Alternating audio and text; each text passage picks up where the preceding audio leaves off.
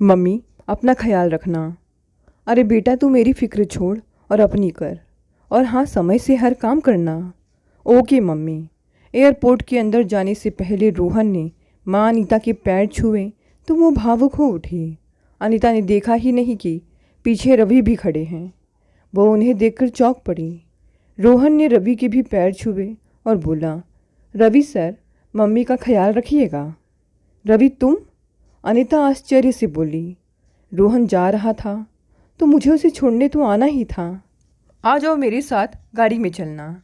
नहीं, मैं अपनी बाइक से आया हूँ। अनीता की निगाहें काफ़ी देर तक रोहन का पीछा करती रही। फिर जब वह अंदर चला गया तो अपने युवा बेटे की सफलता की खुशी के साथ साथ अनीता बिछोह का सोचकर आंखें भिगा उठी। अनीता गाड़ी के अंदर गुमसुम होकर बैठ गई। सोनी आंखों से खिड़की के बाहर देखने लगी। घर पहुंची तो सरला से चाय बनाने को कहकर बालकनी में खड़ी हो गई थी। वह अपने में ही खोई हुई सी थी। तभी सरला बोली, मैडम चाय। वो भूल गई थी कि उसने सरला से चाय के लिए कहा था। वो कप उठा ही रही थी कि डोरबेल बज उठे। वो समझ गई थी कि रवि के सिवा इस समय भला कौन हो सकता है। सरला, एक कप चाय और बना दो, अनीता बोली।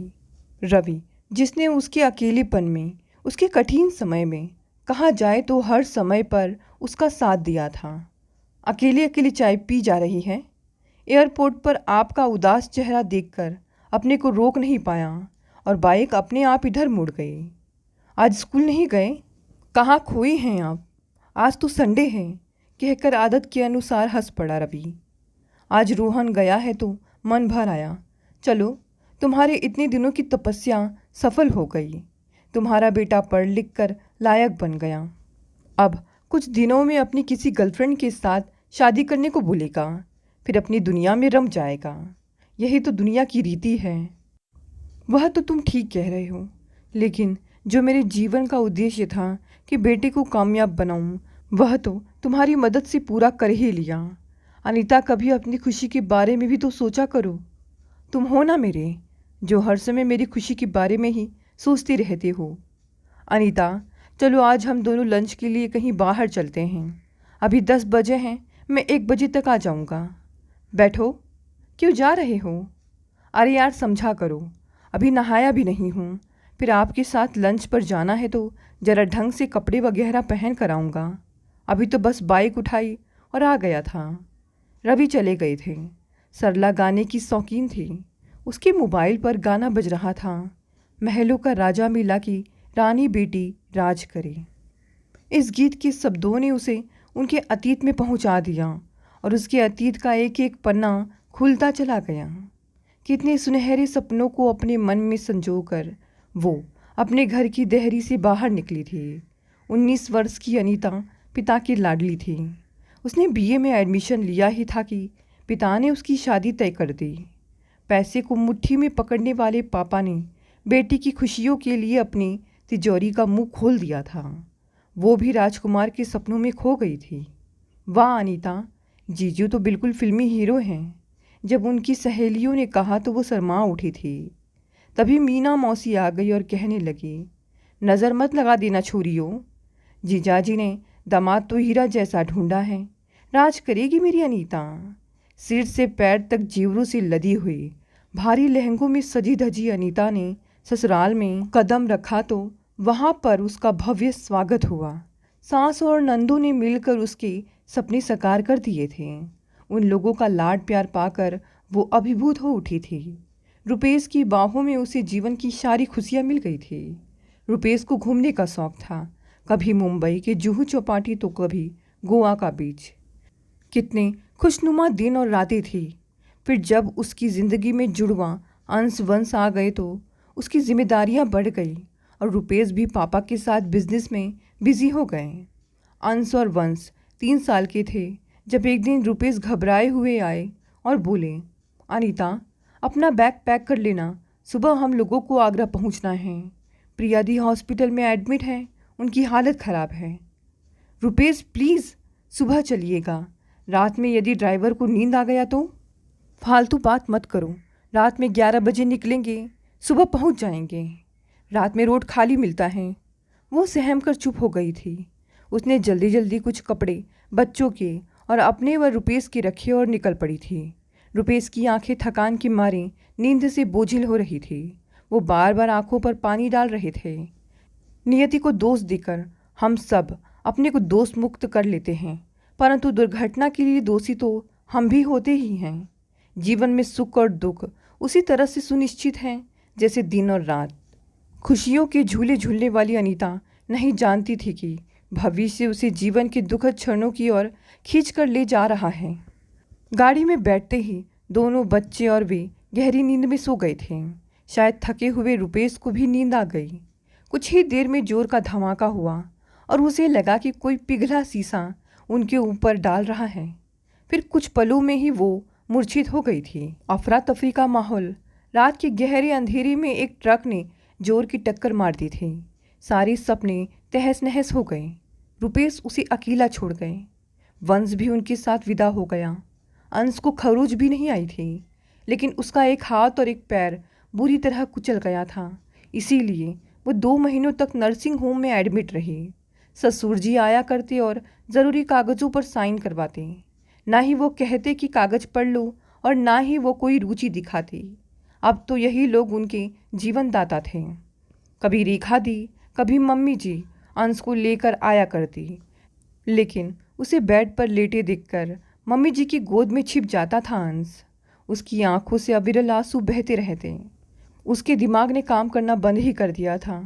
अंश का नाम रुपेश ने रोहन रखा था, इसीलिए अब सब लोग उसे रोहन ही पुकारा करते थे। उसके मम्मी पापा उसे अपने साथ आगरा ले जाना चाहते थे, लेकिन यहाँ ससुर जी का कहना था कि जब तक ऑफिशियल काम ना पूरा हो तब तक यही रहो। बार बार कौन जाएगा साइन करवाने। उसकी अपनी माँ दिन रात उसके साथ बनी रहती और पापा डॉक्टरों से संपर्क में रहते।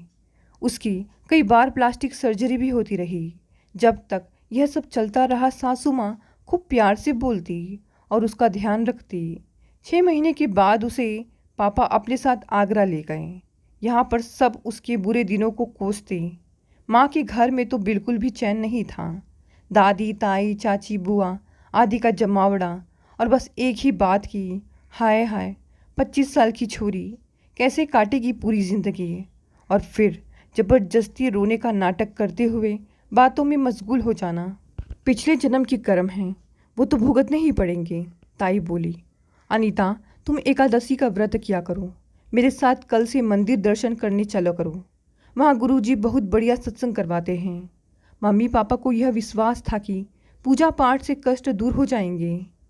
यह क्या तुमने लाल चूड़ियाँ पहन ली? बुआ ने घर में हंगामा मचा दिया। मम्मी उसके सामने जबान नहीं हिला सकती थी। अनीता अभी तक सो रही हो? उठो, आज अमावस्या है। रुपेश की आत्मा की शांति के लिए ब्राह्मण भोजन और हवन है। ताई ने उसे जगाते हुए जोर से कहा। वो उठी और भुनभुना कर बोली, रुपेश ने तो मुझे जिंदा ही मरण तुल्य कर दिया है। ऐसी जिंदगी से तो उसी दिन मर जाती तो यह सब ना देखना पड़ता। उसका चेहरा गुस्से से लाल हो रहा था। उसकी बड़बड़ाहट को बुआ ने सुन लिया। वाह रे छोकरी, मरे आदमी को कोस रही है। जाने कौन से पाप किए थे जो भरी जवानी में विधवा हो गई। अब तो चेत जाओ, कम से कम अगला जन्म तो सुधार लो। वो अपने को अनाथ सा महसूस कर रही थी। तभी पापा आ गए और ज़ोर से बोले, मेरी लाडो को मत परेशान किया करो। और वो पापा से लिपट कर सिसक पड़ी। अगले दिन सुबह विनीता नहीं आई थी। रोहन भूखा था। वो किचन में बगैर नहाए चली गई। तब से मम्मी आ गई और उसे किचन में देखते ही चिल्ला कर बोली, अनीता तुम्हें जरा सा सब्र नहीं था? मैं नहाकर आ तो रही थी। रोहन ज़ोर से रो रहा था। आज पूर्णिमा है, तुमने बगैर नहाए सब छू लिया। अब फिर से किचन धोनी पड़ेगी। उफ माँ, कब तक इन कर्म कांड भरे ढकोसलों में पड़ी रहोगी? आपने तो मेरा जीना हराम कर दिया है। पटकते हुए अपने कमरे में जाकर सिसक पड़ी वो। यहाँ से अच्छा तो मेरे ससुराल वाले मुझे रखते हैं। आगरा रहते हुए 6 महीने हो चुके थे। सासू माँ का फ़ोन लगभग रोज आ जाता और वो रोहन को याद करती रहती। अनीता नाराज़ होकर लखनऊ जाने का निश्चय कर ली थी। शायद मम्मी भी उससे परेशान हो चुकी थी। उसने रोहन से फ़ोन पर कहला दिया, दादी मुझे आना है। अगली सुबह सासू माँ ने गाड़ी भेज दी और वो लखनऊ पहुंच गई। इस बीच ससुर जी ने रेखा दी को अपने घर में बुला लिया। वो लोग सब अब यहीं रहने वाले हैं। यह बात उसे तो बहुत बाद में पता चली थी। उसका जीवन तो बोझ बन चुका था, क्योंकि सासू माँ का झुकाव बेटियों की तरफ ज़्यादा हो गया था। वो अब एक फालतू चीज़ बनकर रह गई थी, जिसकी कहीं कोई उपयोगिता नहीं थी। उसके पापा और ससुर जी के बीच जेवर, इंश्योरेंस के पैसे, बैंक लॉकर के जेवर और एफडी आदि के लिए मनमुटाव शुरू हो गया था। पापा का कहना था कि उनकी बेटी के नाम सब होना चाहिए। अक्सर मीटिंग होती, दोनों तरफ के कुछ लोग बैठते, बहस होती, लेकिन कुछ तय नहीं हो पाता, क्योंकि ससुर जी कुछ भी देना ही नहीं चाहते थे। लॉकर के गहने और इंश्योरेंस के रुपए, उसका स्त्री धन और कुछ प्रॉपर्टी, कुछ भी उसके नाम करने को तैयार नहीं हो रहे थे। 2 साल तक तो वो कभी ससुराल तो कभी मायके अपने दिन गुजारती रही। प्रिया दी, रेखा दी और मम्मी जी का एक ग्रुप बन गया था। वो उसे अपनी बातों में कम शामिल करती, खूब शॉपिंग पर जाती, लेकिन अपना सामान बहुत कम ही उसे दिखाया करती। वो अपने कमरे में टीवी और मोबाइल में सिर फोड़ती रहती। रेखा दी की बेटी अनु और रोहन में दिन भर लड़ाई झगड़ा तो रोज की बात थी। अनु बड़ी थी, वह चुपचाप उसके चुटकी काट लिया करती। कभी रोहन रोते हुए उसके पास आता कि अनु ने मेरा खिलौना छीन लिया। दिन भर यही सब चलता रहता। वो अनु को कुछ नहीं कह सकती थी। रोहन ही दिन भर डांट खाता। कभी वो नन्हे से रोहन को थप्पड़ लगाकर रो पड़ती थी। सासू माँ उसको अपनी गोद में बैठाकर प्यार तो करती, लेकिन अन्नू को कुछ न कहती। एक दिन दोनों बच्चे लड़ रहे थे तो रोहन ने अन्नू को धक्का दे दिया। वह गिर गई और होठ में दांत चुभ गया। दी ने आव ना देखा ना ताव, रोहन के गाल पर जोर का थप्पड़ लगा दिया और जोर जोर से चीखने लगी तो वो सह न सकी। गुस्से में बोली, दी आपने नन्हे से रोहन को इतनी जोर से मारा कि देखिए उसके गाल पर आपकी सारी उंगलियां छप गई हैं। यह नहीं दिखता कि रोहन ने अन्नू को कितनी जोर से धक्का दिया है। कभी अपने बेटे को भी समझाया करो। अब तुम बहुत बोलने लगी हो। भैया तो है नहीं जो तुम्हें कंट्रोल करें। अब तो बिना लगाम की घोड़ी बन गई हो। वो बहुत देर तक बकबक करती रही थी। मम्मी जी मूक दर्शक बनी सब सुनती रही थी। वो घंटों तक अपने कमरे में सिसकती रही थी। मासूम रोहन उसके आंसू पोंछता रहा।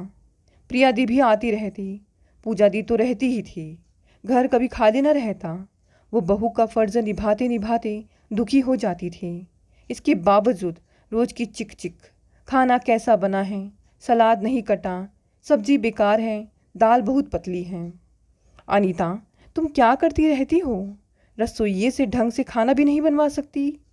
जब खाने बैठो तो इतना बेकार खाना। कहते हुए ससुर जी डाइनिंग टेबल से उठ गए थे। फिर तो हंगामा होना स्वाभाविक ही था।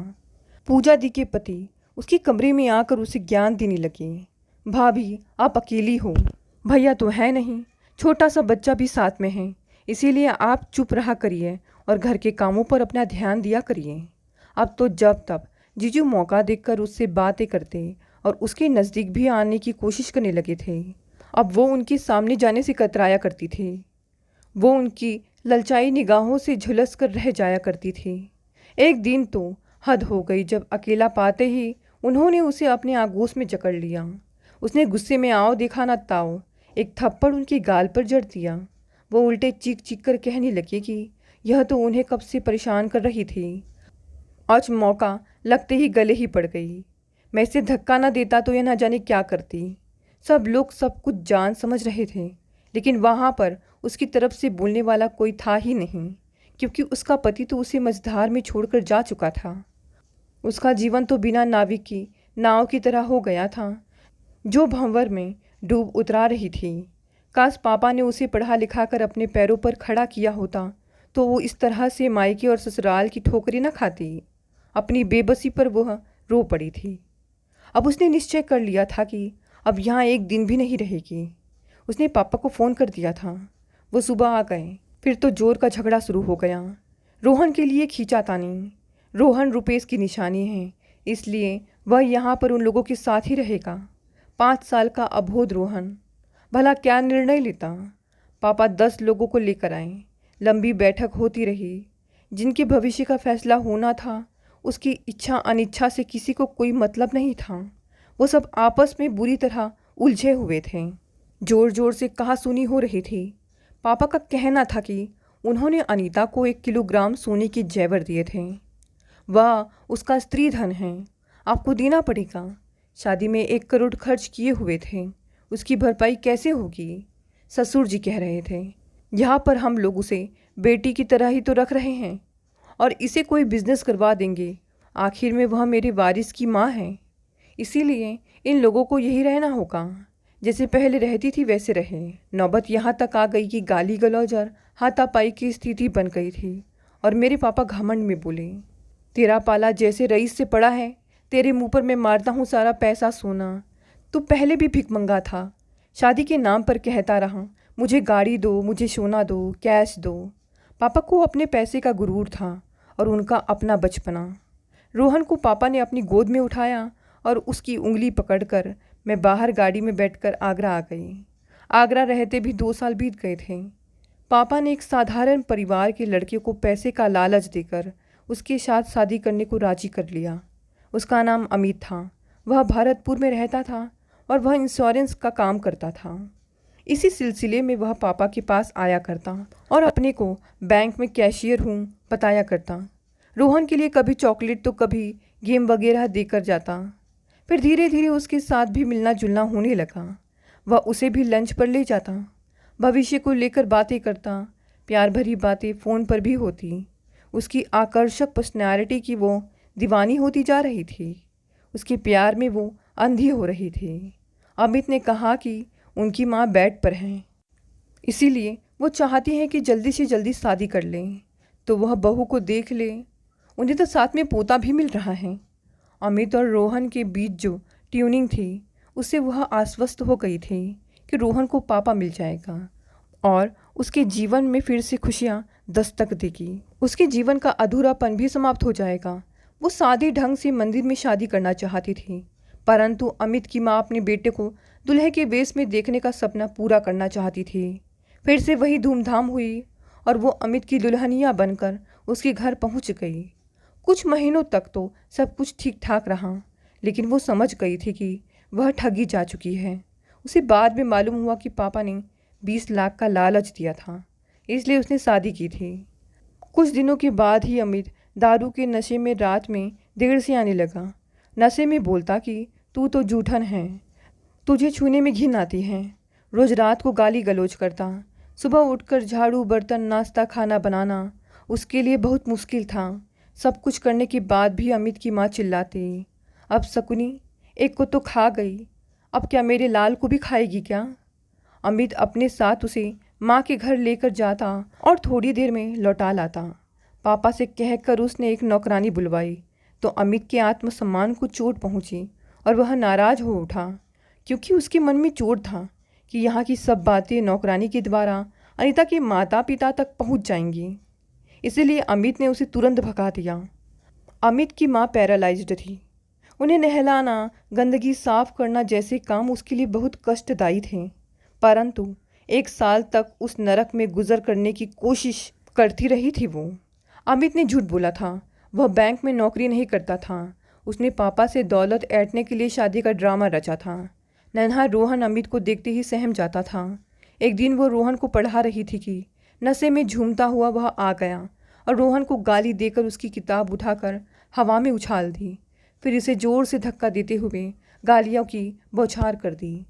वो तेजी से उठी और अमित के सामने खड़ी होकर बोली, खबरदार, यदि मेरे बेटे के साथ बदतमीजी की या उस पर हाथ उठाया तो मुझसे बुरा कोई नहीं होगा। वह ना जाने किस नशे में डूबा हुआ था, सो उसने उसे भी जोर का धक्का दे दिया। मुझसे मुंहजोरी करेगी? तेरी ऐसी दशा करूँगा कि सारा घमंड चूर हो जाएगा। उसने दीवार का सहारा लेकर अपने को गिरने से बचा लिया, परंतु उस दिन अमित की बदतमीजी और गालियाँ उसके लिए सहना मुश्किल हो गया। रोहन उसकी बाहों के घेरे में 1.5 घंटों तक सिसकता रहा। वो भी कमरा बंद करके आंसू बहाती रही।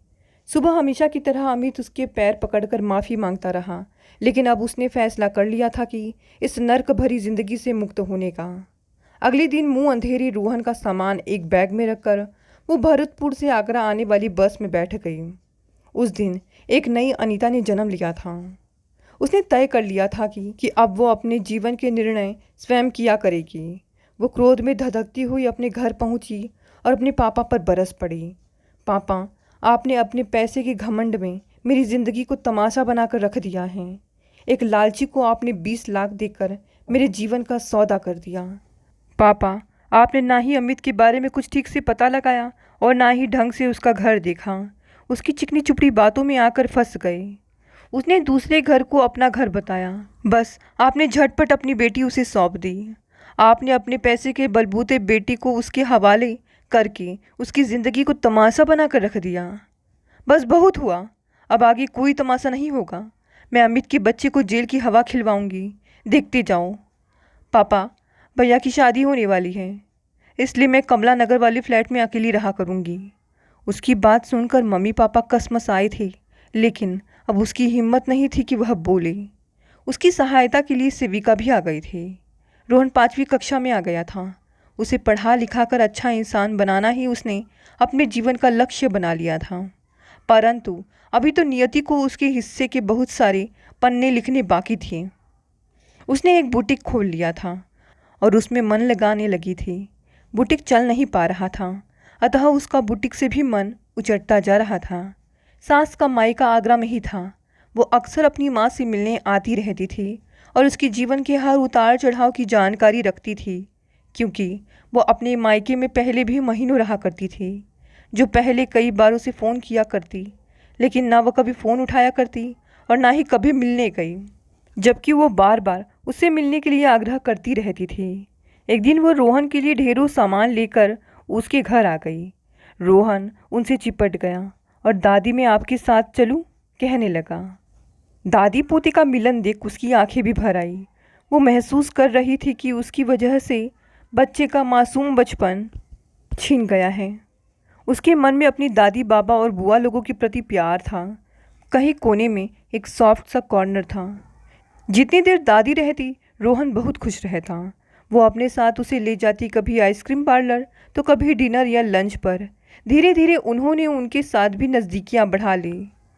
वो बोली कि यहाँ अकेली रहती हो, वहाँ इसके बाबा तो तुम लोगों को देखने के लिए तरस रहे हैं। वहाँ अपना बुटीक चल ही रहा है, उसी में काम बढ़ा लेना।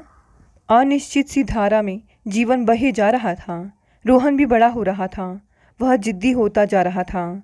उसके लिए उसे अकेले संभालना मुश्किल होता जा रहा था। वह उसे ही दोषी मानता था कि दादी का घर आपने क्यों छोड़ा। वह कहता कि किसी दिन बाबा के पास अकेले ही चला जाएगा। वह स्कूल नहीं जाना चाहता था, ट्यूशन नहीं पढ़ना चाहता था, बस मोबाइल या लैपटॉप पर गेम खेलने में मशगूल रहता। वो तरह तरह से समझाया करती। मेरे पापा का पैसे का दिखावा बंद ही नहीं होता था। वो क्रोध में धधक पड़ी थी।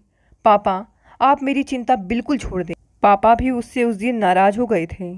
यह जन्म तो बिगाड़ ही रखा है, अगला भी बिगाड़ रही है। जो मन में आए वह कर, कहकर चले गए। माँ पापा से उसे चिढ़ हो गई थी। पापा की जल्दीबाजी में ही उसका जीवन बर्बाद हुआ था। यदि पढ़ लिख कर अपने पैरों पर खड़ी होती तो भला उसके साथ यह सब होता। रुपेश को दुनिया से विदा हुए 10 वर्ष पूरे हो चुके थे। ससुर जी ने उनकी याद में एक मंदिर बनवाया था, जिसका उद्घाटन वो रोहन और उसके हाथों से करवाना चाहते थे। इसलिए ससुर जी खुद उसे बुलाने के लिए आए थे। रोहन तो उनको देखते ही उनसे लिपट गया और उनके साथ ही लखनऊ जाने के लिए मचल उठा। वहाँ चलने की जिद करता हुआ खाना पीना छोड़कर बैठ गया। वो रोहन की बढ़ती जिद, उसकी बदतमीज़ी के कारण परेशान हो चुकी थी।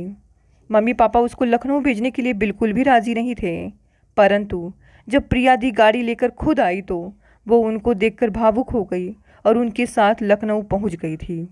वहाँ सबका लाड प्यार पाकर उसे खुशी महसूस हुई थी। एक बार उसने स्त्री धन और रोहन की परवरिश व खर्च की बात उठाई तो ससुर जी ने उसके सामने सारे कागजात, चाहे एक्सीडेंट का क्लेम, एफडी, प्रॉपर्टी, लॉकर से उसके गहने लाकर रख दिए। जब उसने महीने के खर्च की बात करी तो फिर से माहौल गर्म हो गया, लेकिन इस बार सास ने बीच बचाव करके यह कह दिया कि यदि यहाँ नहीं रहना चाहती हो तो गोमती नगर वाले फ्लैट में रह सकती हो। तुम मेरी बेटी हो, मेरी आंखों के सामने रहोगी और रोहन भी यहाँ रहेगा तो हम लोगों को खुशी होगी। ससुर जी भावुक होकर बोले, रुपेश तो हम लोगों को छोड़ कर गया, अब उसकी निशानी हम लोगों से मत दूर करो। जितना कुछ है सब रोहन के बालिग होने पर उसे मिलने वाला है। सांस का बुटीक था, वो उसे सौंपने को तैयार थी। एक तरह से सब उसकी मनमाफिक हो रहा था। सबसे खास बात तो यह थी कि रोहन उन लोगों के बीच बहुत खुश था और वहीं रहने की जिद कर रहा था। उसने अपने आप फैसला किया कि रोहन की खुशी के लिए वो यहाँ रुकने को तैयार है। सबके चेहरे पर खुशी छा गई। रोहन दादी बाबा के पास आकर बहुत ही खुश था। रोहन का एडमिशन सांस ने करवा दिया था।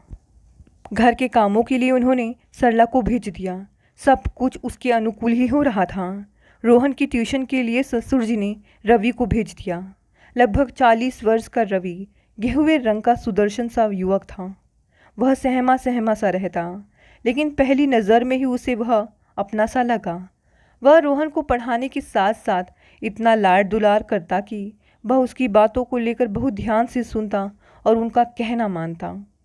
उसके स्वभाव में जल्द ही परिवर्तन दिखने लगा।